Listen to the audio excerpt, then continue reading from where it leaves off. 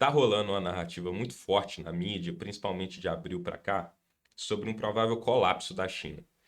Dizem que a economia lá está em frangalhos e basicamente se jogar em qualquer mídia, seja jornal internacional ou brasileiro, e mesmo jogar aqui no YouTube, você vai ver vários vídeos falando da possível grande crise mundial, da crise que está abalando a China, do colapso que vai acontecer na economia chinesa e coisas desse tipo. Eu tenho um ponto de vista um pouco diferente e eu vou te mostrar o porquê. Se você chegou aqui agora e não me conhece, o meu nome é Thiago Duarte, eu sou analista de ações na Varus e hoje a gente vai falar um pouquinho sobre China. Se a gente for na mídia estrangeira, que tem muito mais notícias, principalmente quando a gente fala do Financial Times, a gente vai ver muita coisa sobre China e sobre o colapso na China. E aqui ele fala que o setor, né, de propriedade, o setor de imobiliário na China, ele está paralisado. Ele começa aqui com a historinha falando que um grupo lá, uma construtora que chama Shimao, comprou em 2017 um terreno ali em Shenzhen. Se você não conhece Shenzhen, ele é a capital, é como se fosse o Palo Alto da China, né? A capital de tecnologia da China, por mais ou menos 3,3 bilhões de dólares. E que essa construtora entrou em dificuldades, né? Tentou vender, ela deu um default na dívida, ou seja, deu um calote na dívida estrangeira, tentou vender com um desconto de 1,8 bilhão de dólares e não teve nenhum bid, ou seja, não teve ninguém interessado em comprar esse terreno dessa construtora. E ele fala nessa reportagem aqui, de uma forma geral, que o mercado de imóveis na China ele está basicamente estagnado. Se a gente for para outra reportagem também do Financial Times, ele fala aqui de uma recuperação no emprego, né? A taxa de desemprego na China ela está caindo. Você vai ver que o azul está diminuindo. Então ele está diminuindo aqui, chegou a 5,25% essa taxa de desemprego, né? Enquanto que o employment sentiment, que o sentimento, ele fez um gap. Se ele está em 37,5, ele está caindo, né? Então ele costuma ser correlacionado com o emprego. Então quanto mais emprego você tem, mais confiança você tem no mercado de consumo. E agora ele fez um gap. A mesma coisa que para renda, né? Entre a renda disponível que os chineses têm para gastar e o sentimento com relação a essa renda, ela também abriu um gap. Você vai ver aqui que essa renda disponível ela aumentou, chegando aqui em quase 10%, enquanto que o sentimento, a confiança, ela não seguiu o aumento aqui da renda disponível. Esse fato aqui, ele quer dizer que isso machuca que o consumo, né, e a venda de imóveis de uma forma geral. Se a gente passar para a próxima reportagem, a gente vê que depois da pandemia, né, que aqui teve a abertura da China em fevereiro desse ano, depois dessa reabertura dos mercados, a gente teve um problema aqui nas vendas de varejo, que apesar de aumentarem nos meses de fevereiro, março, abril, a partir de abril ela começou a cair. Então, aqui ó, em maio ela já caiu, em junho ela já chegou aos mesmos níveis aqui de pré-abertura. E a produção industrial, ela seguiu numa mesma média do que estava durante o período de pré-abertura também. Isso aqui mostra que as vendas de varejo elas não se recuperaram como deveriam, ou pelo menos como era esperado pelo mercado de uma forma geral. E além disso, esse fato ele se agrava ainda mais por causa de um certo dado que o governo anunciou recentemente, o governo chinês anunciou recentemente que não vai mais mostrar, né, que é o desemprego jovem. Se a gente pegar a média de idade aqui entre 16 e 24 anos, a taxa de desemprego é de 21,3% para junho, enquanto que a taxa de desemprego geral é de 5,3%. E se a gente pegar a idade de 25 a 59, a gente vai ver que a taxa de desemprego ainda é menor, é 4,1%. Ou seja, o desemprego jovem está puxando para cima o desemprego geral. Então, o que a gente tem aqui até agora?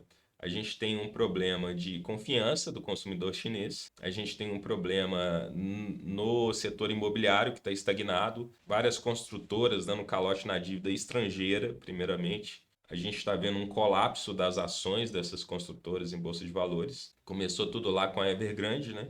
E agora está se espalhando para o resto do setor.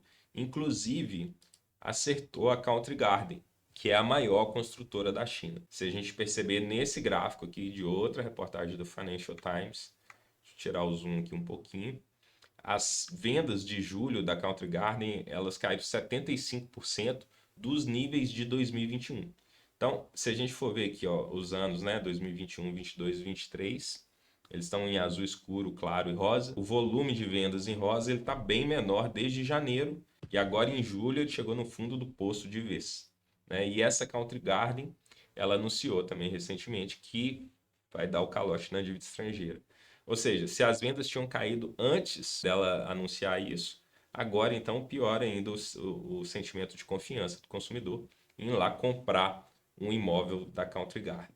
Bom, parece um cenário de crise mesmo, um cenário catastrófico, um cenário em que o setor imobiliário chinês está entrando em colapso.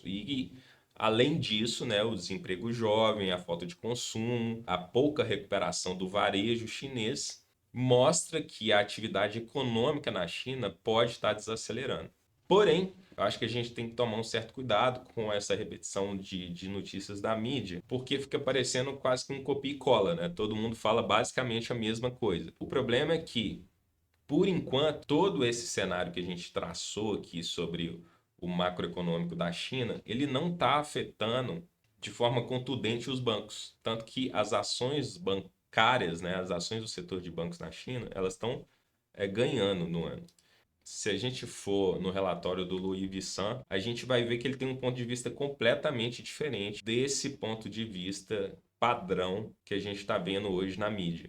E ele mostra uns dados bem interessantes e faz uma comparação com a crise imobiliária dos Estados Unidos de 2008. E ele fala que o colapso nas ações dos bancos precederam a crise de 2008. Só que quando ele vai para os bancos chineses, não é isso que está acontecendo, né? É claro que a gente teve aqui uma queda, né, nas ações dos bancos até 22, mas o ano de 2023 foi um ano de recuperação.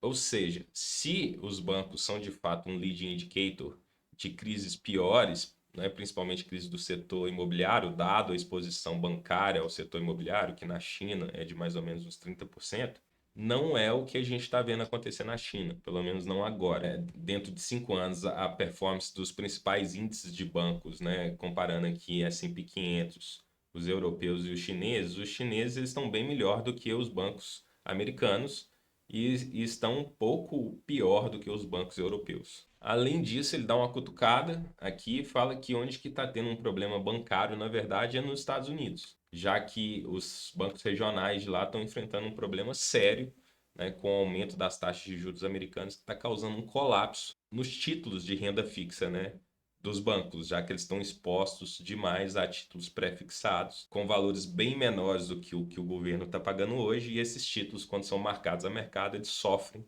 né, no seu valor de face, e o balanço dos bancos acaba sofrendo juntos. Além disso, ele fala que o mercado chinês ele não está colapsando, que ele está seguindo aqui com a média, né, de 200 dias, e que o mercado de commodities também não está colapsando. Ele está negociando acima da média de 200 dias. Commodity é um produto muito sensível a crises e recessões, principalmente da China, né? Já que a China é o principal comprador de commodities do mundo hoje.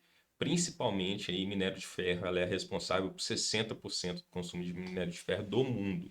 Então, assim, uma crise de chinesa que causasse uma recessão ia causar junto um enfraquecimento da demanda, né? E esse enfraquecimento da demanda ia refletir nos preços das commodities. E a gente está vendo aí que desde abril, apesar dessa sequência de notícias ruins sobre a China, o preço do minério de ferro ele vem segurando. Ele baixou de 100 pouquíssimas vezes, mas já ali recuperou esse valor e ele está negociando acima de 100, 105 recorrentemente desde abril, apesar das inúmeras notícias, né, sobre o colapso chinês. Além disso, ele fala que o turismo em Macau ele está retornando para os níveis, né, pré-Covid, pré-2018. As vendas de veículos continuam fortes na China, continuam ali sem um sinal de colapso iminente. E Alibaba, que é uma das principais empresas da China, uma das maiores, que movimenta um mercado muito grande de varejo, né? Ela mostrou que ela teve aqui resultados recordes no último trimestre, aqui em 2023. Não exatamente recorde, mas resultados bons, né? Ou seja, isso tudo mostra que, apesar das notícias, existe um mercado ali fora do mercado imobiliário chinês que está funcionando bem. principalmente o mercado de varejo, o mercado de automóveis, né? E o mercado de turismo se recuperando. Além, claro, das commodities, que continuam aí nos patamares de preços razoáveis, sem nenhum sinal de colapso por enquanto. E por último, aqui ainda no consumo, né, ele aponta as marcas de luxo, né, que é a Louis Vuitton e a Hermès. Ele fala que as ações de ambas estão com uma performance muito boa nas bolsas, o que mostra aí que o consumo chinês, que é um driver muito forte nas marcas de luxo hoje em dia, ele ainda está sustentando os resultados dessa empresa. E por fim, ele compara aqui a performance dos bonds americanos e dos chineses. Ele mostra aqui que os títulos de 10 e 15 anos chineses, né, desde 2020, eles estão ganhando assim de lavada dos títulos americanos, que estão enfrentando um colapso agora, né, nesse exato momento.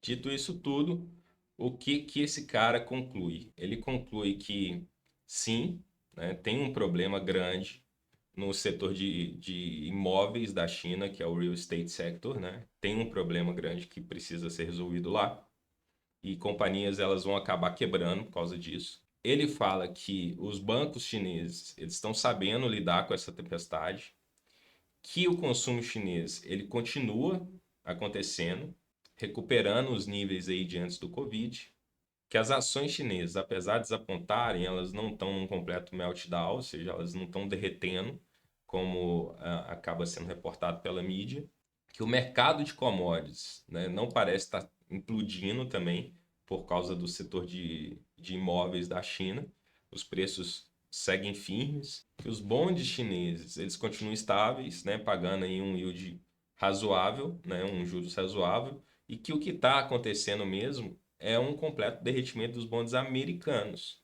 que em comparação com os chineses, eles estão assim num patamar muito ruim. Ou seja, existe um problema na China limitado ao setor de imóveis, mas que não está trazendo para a economia chinesa como um todo perigo, a ponto de falar que a economia chinesa está prestes a se colapsar. Do ponto de vista dele, principalmente com o preço das commodities segurando, o que mostra que existe uma demanda por trás disso segurando o preço, é improvável que a economia chinesa de fato colapse e inicie um gatilho de uma recessão global, como está sendo propagandeado em diversos veículos de mídia por aí, inclusive aqui no YouTube. Então eu acho válido a gente ter um pé atrás quando começar a ver essa enxurrada de notícias da China, justamente porque pregar o apocalipse é bom, dá muitos likes, mas nem sempre o apocalipse acontece. Muito pelo contrário. A maioria de quem prevê grandes crises erra várias vezes ao longo dos anos. Bom, gostou desse vídeo? Então assiste logo esse aqui, que eu vou deixar em destaque, que ele fala da crise de bonds americanos. Você vai entender tudo o que está acontecendo com os bonds americanos e por que que os bancos, inclusive, estão falindo. E esse vídeo ele foi de antes ainda da falência do SVB lá, hein? Então, dá uma olhadinha que você vai entender direitinho o que está acontecendo por lá.